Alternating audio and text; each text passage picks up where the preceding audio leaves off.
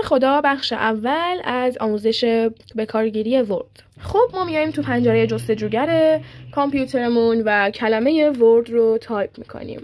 روش دابل کلیک میکنیم. ولی برای اینکه بخواد خودتون چیزی رو یادداشت کنید از بلانک داکیومنت استفاده میکنیم. میخوایم فونت این رو تغییر بدیم. از این پنجره وارد میشیم. حالا ما میتونیم از هم فونت های فارسی استفاده کنیم و هر چقدر پایین تر بیایم با فونت های انگلیسی مواجه خواهیم شد. اینها فونت های انگلیسی هستند. برای مثال من این رو میخوام. به من فونتم رو داد. سایز فونتتون رو باهاش مشخص میکنید. تایپ میکنیم عدد 23 و اینتر رو میزنیم. 23 شد و فونتمون هم فونت دلخواهمون هستش. کنترل بی بگیریم و کلممون رو جملهمون رو بولد کنیم. با روی کلیک کردن روی این متنتون رو به راحتی بولد میکنید.